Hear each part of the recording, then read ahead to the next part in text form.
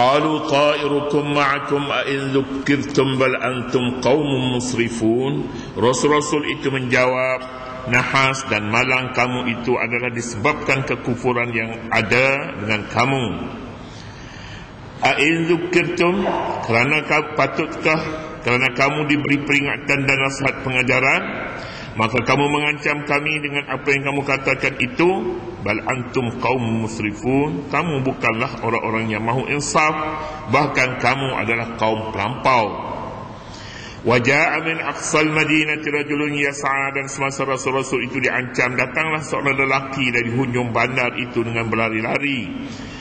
Qala ya qaumi ittabi'ul mursalin, lalu memberi nasihat dengan katanya, wahai kaumku, turutlah rasul-rasul itu.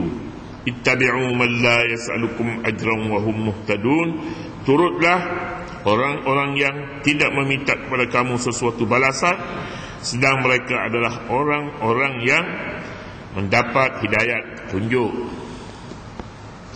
Sebelum ini, nabi-nabi, rasul-rasul yang membawa ajaran Allah kepada satu kaum di satu kampung yang diberi namanya Antakiyah oleh setengah mufassirin. Sekalipun nama itu tidak ada satu sumber yang jelas, nama Antakiyah. Tak apalah, daripada tak ada nama tu, kita kena ada nama juga, baru boleh bercakap. Nama Antakiyah. Kumpulan ini tidak mengendahkan ajaran Rasul, sekalipun Allah menghantar kepada mereka 3 orang Rasul. Tak cukup dengan 2, ditambahnya satu lagi, fa'azzazna bisalis. Namun begitu, para rasul ini mendapat tentangan hebat dari kaumnya, dengan alasan mereka ini, rasul-rasul ini membawa malang kepada mereka, sial kepada mereka. Sial kerana ajaran yang dibawa oleh Nabi itu tidak boleh diterima, tidak mudah untuk diterima mereka.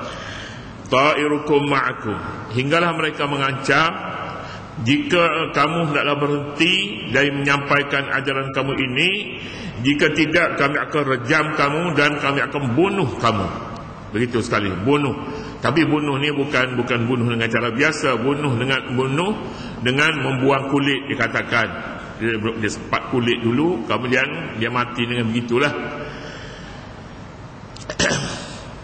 Para rasul menjawab, ta'irukum ma'akum, malang, nahas, sial itu pada kamu sendiri sebenarnya, bukan datang daripada luar.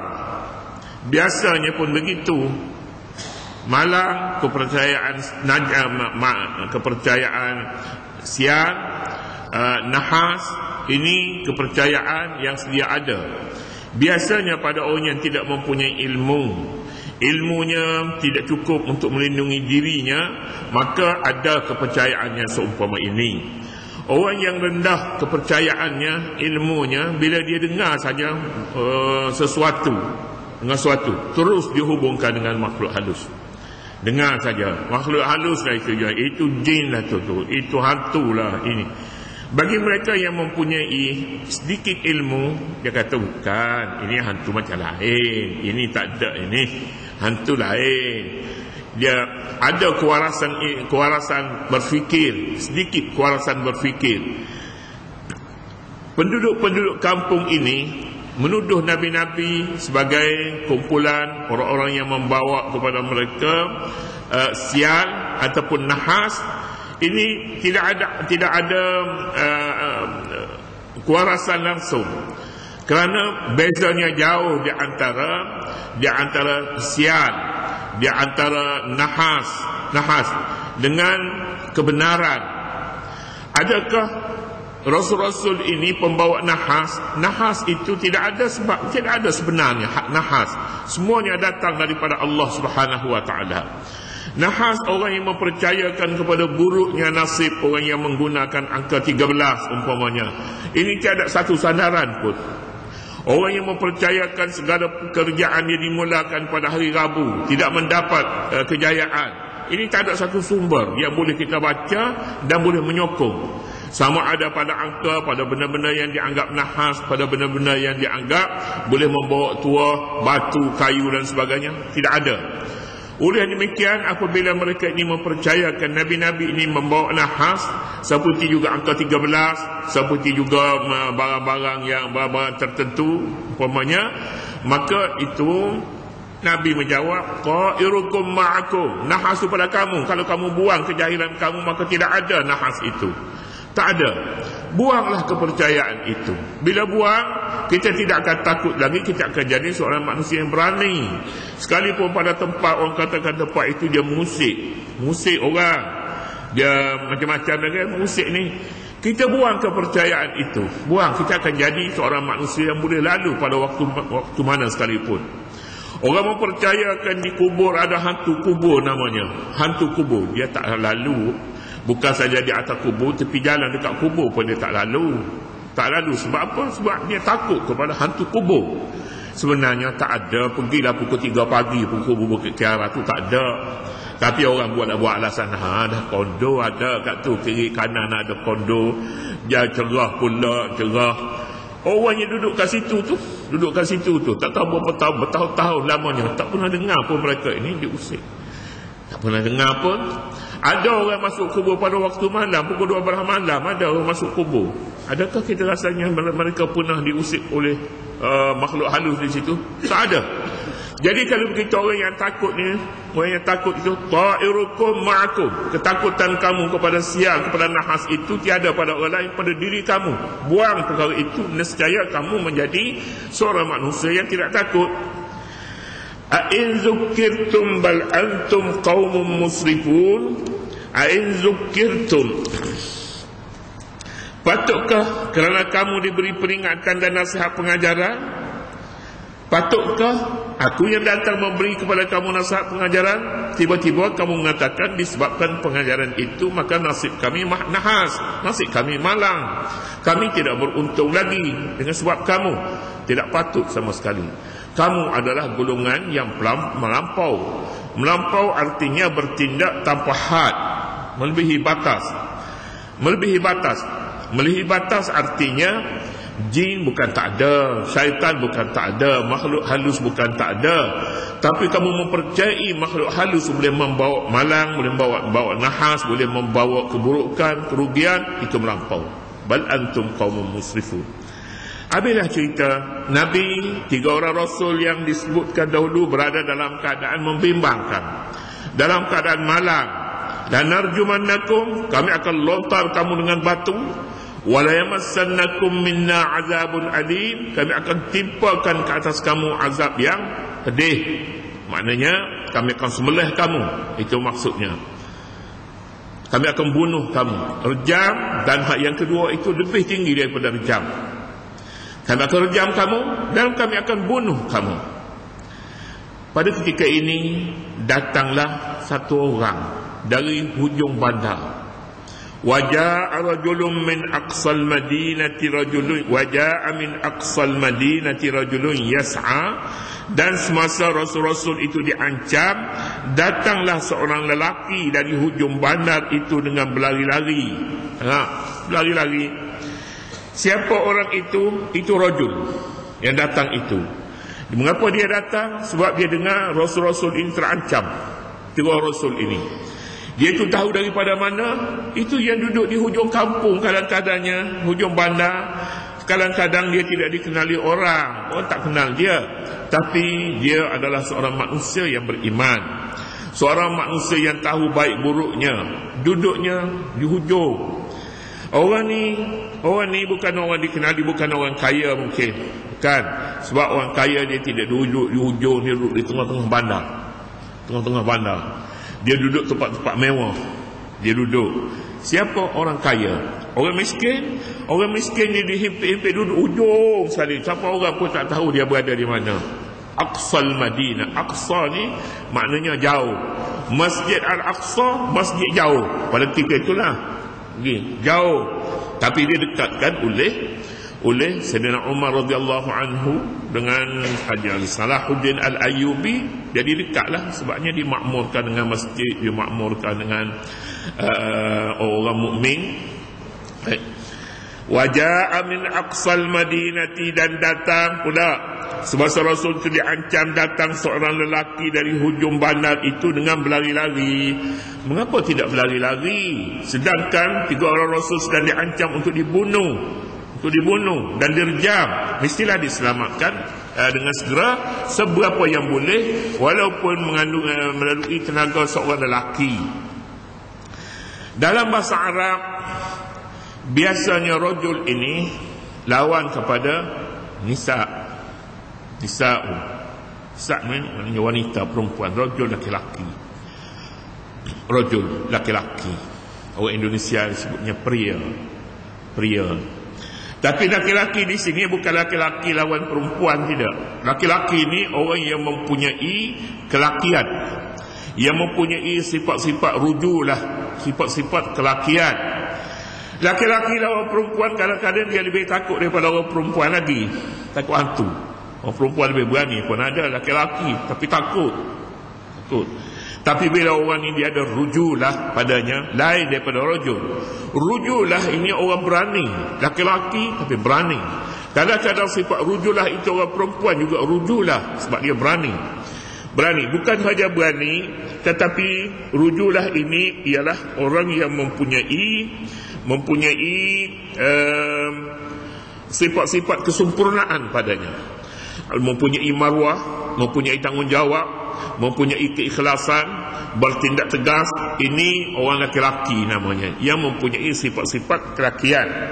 Waja'a rajulun min aqsal madinati rajulun yas'a, dan datang dari hujung bandar seorang laki-laki yang berlari-lari. Sa'a yas'a ini maknanya dia berusaha, orang yang bekerja. Orang yang bekerja, dia tak ada masa kosong. Ini dia bekerja, yas'a. Tak ada. Tanya pagi, dia buat apa? Tidur. Pergi tengah hari pukul 11, dia ada buat apa? Tidur. Pergi pukul 3 pula, buat apa? Tidur. Ini tak ada yas'a ni. Ini rajulun na'im. Ini orang tidur. Tapi orang sa'i, orang yang berjalan, bekerja, tanya pagi dia buat apa? Dia duduk semaya duha. Pergi pula sekali lagi pulanya dia buat apa? Dia duduk baca surat khabar. Pergi sekali lagi, tak ada masa tidur. Pergi pula waktu tengah hari pula, dia belum balik lagi, dia pergi universiti. Bacalah. Pergi pula sekali lagi ke pejabat. Pergi pula sekali lagi, dia belum balik lagi. Pergi petang pukul 5 pulanya dia duduk mandi. Tak masa mana tidur? Tak ada masa tidur, tak ada masa kosong hamba Allah ni. Sebab dia orang yang mempunyai rujulah. Rujulah ini tidak ada masa bagi orang ini kecuali dia berusaha dan bekerja. Orang mukmin macam itulah. Orang mukmin. Tetapi orang tidak mukmin masanya terbuang. Main tidur. Tak cukup main, tak cukup tidur, tak boleh buat kerja, dia kata. Padahalnya banyak tidur, banyak kerja, banyak main. Ya tidak. Ini satulah bezanya. Tak apa. Waja'a min aqsal madinati rajulun yas'a. Orang yang berusaha bagi orang mukmin, menuntut ilmu berusaha, beramal soleh berusaha, pergi ke masjid berusaha, dia pergi cari makan berusaha, pergi menjual beli berniaga, ini berusaha. Sa'i, as-sa'i orang yang bekerja. Datang yas'a berusaha, kata dia. Qala ya qaumi ittabi'ul mursalin. Qala ya qaumi, kata dia, wahai kaumku, ittabi'ul mursalin, ikutilah para rasul. Dia pergi ke mana? Dia pergi bergegas mencari kumpulan yang ingin membunuh Nabi. Lalu dia menasihati mereka. Dia kata, ya qaumi, wahai kaumku. Ini bahasa pendakwah. Wahai kaumku maknanya dia cari satu tapak yang boleh kita bertemu padanya. Wahai kaumku. Kaum ni bangsaku. Wahai bangsaku. Jadi bila seruan itu dia buat atas nama bangsa, maknanya mereka mempunyai keturunan yang sama. Carilah mestinya generasi yang keberapa sebelum ini kita bertemu pada satu bapa dan pada satu nenek. Jadi kalau begitu, ini satu usaha untuk mencari pendekatan hati dengan hati. Wahai kaumku, wahai bangsaku. Seorang penceramah datang, misalnya dia mari buat satu kempen. Dia kata, wahai bangsa Melayu, wahai bangsaku. Kita pun datang tarik hati. Pasal apa? Dia bangkit bangsa berdiri bulu rumah kita. Berdiri bangkit bangsa begini. Jadi ini pun, wahai kaumku, maknanya kamu jangan jadi jahat lah. Betul. Ya qaumi ittabi'ul mursalin, wahai kaumku, ikutilah para rasul. Rasul-rasul yang mengajak kamu supaya kamu menerima dakwahnya, kamu menerima ajaran Allah. Kalau begitu apa lagi? Ikutilah mereka, para rasul. Tidak ada lagi orang lain yang patut ikuti. Jadi dengan sendirinya bila kamu ikuti, dia tidak kata, wahai kaumku, jangan bunuh mereka, jangan bunuh, tunjuklah perkara baik, ini orang luar datang untuk mendakwah, tunjuklah. Tidak. Dia kata, ittabi'ul mursalin, ikuti rasul, bukan ikuti tokohnya, bukan ikut orangnya, bukan ikut individu manusia, tidak, tapi ikuti rasul. Rasul yang diutus dari Allah. Lain bezanya kalau seruan itu kita seru dia atas nama tokohnya, atas nama orangnya, dia orang baik, dia orang terkenal, dia orang terpuji. Lain. Ikutilah para rasul. Maknanya bila dilantik, bila seorang itu menjadi rasul, tidak ada satu sebab mengapa ingin ditolak dia, mengapa ingin diketepikan dia, mengapa lebih-lebih lagi mengapa dia harus dibunuh, harus direjam. Ya qaumi ittabi'ul mursalin, wahai kaumku, ikutilah para rasul.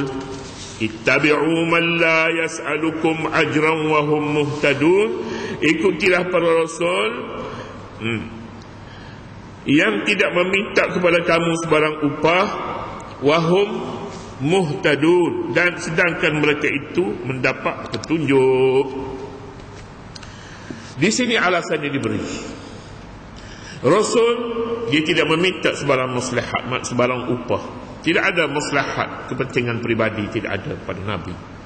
Jika ada kepentingan pribadi, maka bukan dia rasul. Ikutilah orang ini, bukan atas namanya, bukan tokohnya, bukan pangkatnya, tapi rasul. Rasul dia tidak ada kepentingan pribadi padanya. Dia tidak meminta sebarang upah. Ini buktinya. Laki-laki ini pintar sebenarnya.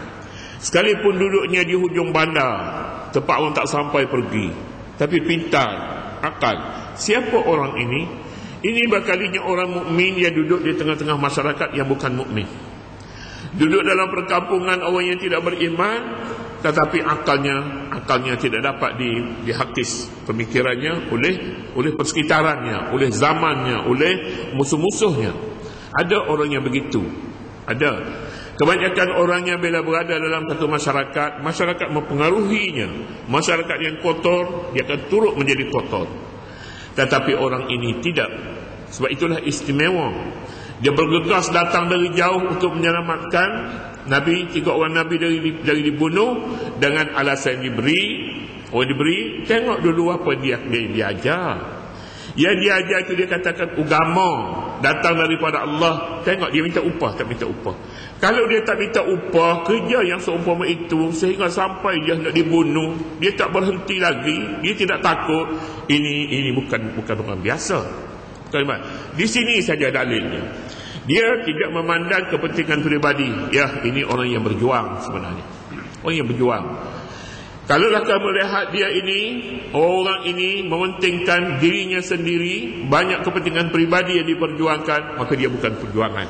Bukan, jangan ikut dia. Ittabi'u man la yas'alukum ajra wa hum muhtadun. Biasanya orang dia boleh berbuat apa sahaja atas nama maslahat. Dia boleh berbohong, berdusta atas nama maslahat. Dia boleh mengambil harta orang atas nama maslahat. Sebab atas nama maslahat ni pun ada agama kita pun ada. Dalam agama pun dia guna masalih. Dalam usul fiqh dia ada masalih mursalah, dia panggil masalih. Perkara-perkara yang boleh membawa kepada kepentingan umum, dia boleh diambil. Tanah kita kerajaan ambil nak buat hospital, kita tak ada alasan untuk mempertahankan. Sebab hospital maslahat umum. Dia ambil tanah kita, rumah kita kerana nak buat jalan. Kita tak ada alasan. Tapi jalan tu pula, tak kira lah. Kadang-kadangnya ada orang nasib baik dengan jalan yang kerajaan nak buat tu, dia dapat buat untung, dia jadi kaya pula. Tuan-tuan rumah tu pergi pada Aqsal Madinah tu pula. Tuan rumah asal tu boleh jadi juga macam tu. Nak sebutnya di sini, biasanya manusia menyalahgunakan maslahah yang diizinkan, yang menjadi kaedah dalam usul fiqh itu. Selalunya menjadi alasan bagi setengah orang. Kalau seorang itu boleh berdusta kerana maslahah, boleh merampas hak orang kerana maslahah, apa-apa saja boleh dilakukan begitu. Hatta bukan kerana maslahah pun disebut maslahah juga. Itu maslahah. Pertimbangan di antara nyawa orang tua, nyawa orang muda. Sepatutnya nyawa orang tua lah lebih diutamakan orang umur 65 ke atas. Yang patutnya macam ni. Kita nak tahu nak buka insurans apa-apa tak kira lah. Insurans umur berapa? Umur baru 30 boleh? Umur berapa? 75. Tak boleh. Tak boleh. Mana maslahah? Sepatutnya orang nak mati ni pergi kepada insurans. Sepatutnya orang tua pergi ke bank nak buat apa? Nak berhutang. Nak buat pinjaman. Pinjaman nak buat apa? Nak beli kereta. Nak buat apa kereta? Nak pergi masjid. Boleh. Umur 75. Boleh. Sepatutnya macam itulah. Sepatutnya macam tu. Maslahah agama. Dia nak pergi masjid, bagi kepada dia. Kereta buruk tak boleh, mati tengah jalan. Bagi kepada dia. Umur 70 kita tak pernah bagi umur 70 buta. Tak boleh.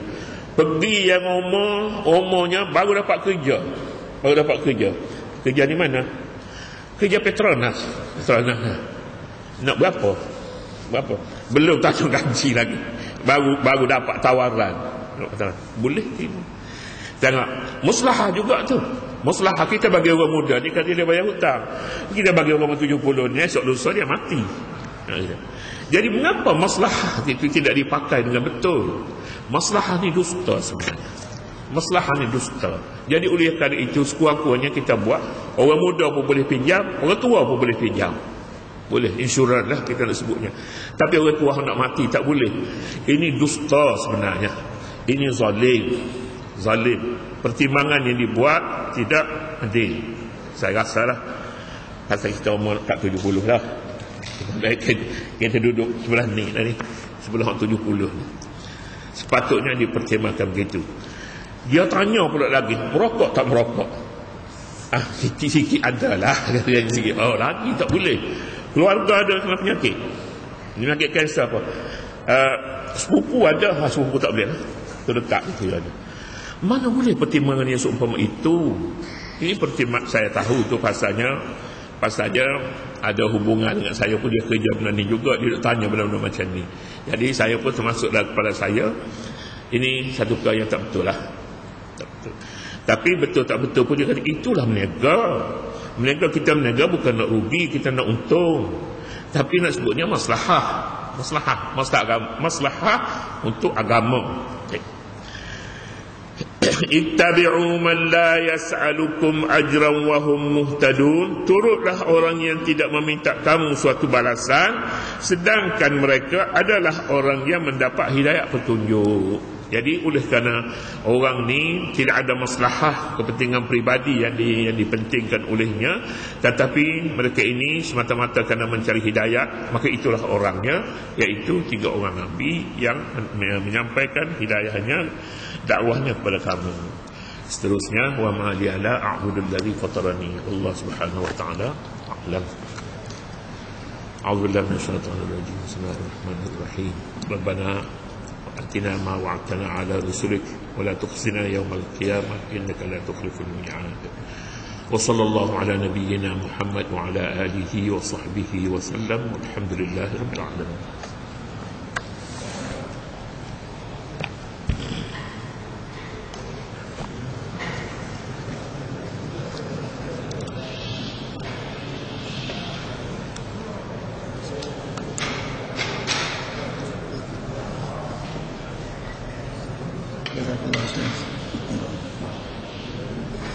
Excuse, minta maaf. Minta maaf. Awak 70, minta maaf. Awak 70. Berapa umur? 70. Minta maaf. Ini dusta sebenarnya. Ini zalim. Pertimbangan yang dibuat tidak adil.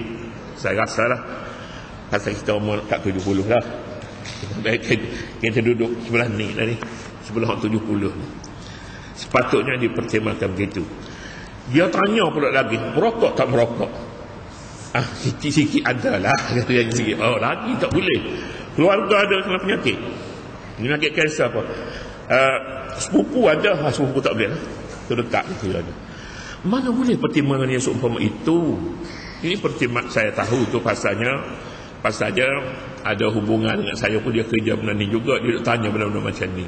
Jadi saya pun termasuklah kepada saya, ini satu perkara yang tak betul lah. Tak betul. Tapi betul tak betul pun dia kata itulah meniaga. Kita meniaga bukan nak rugi, kita nak untung. Tapi nak sebutnya maslahah untuk agama.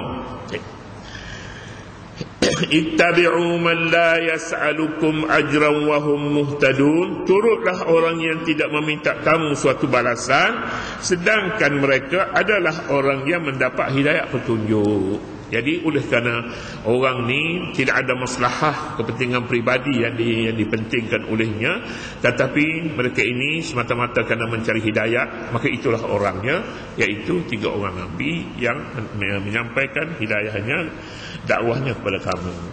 Seterusnya, wa ma li'ala a'budul ladzi fatarani. Allah Subhanahu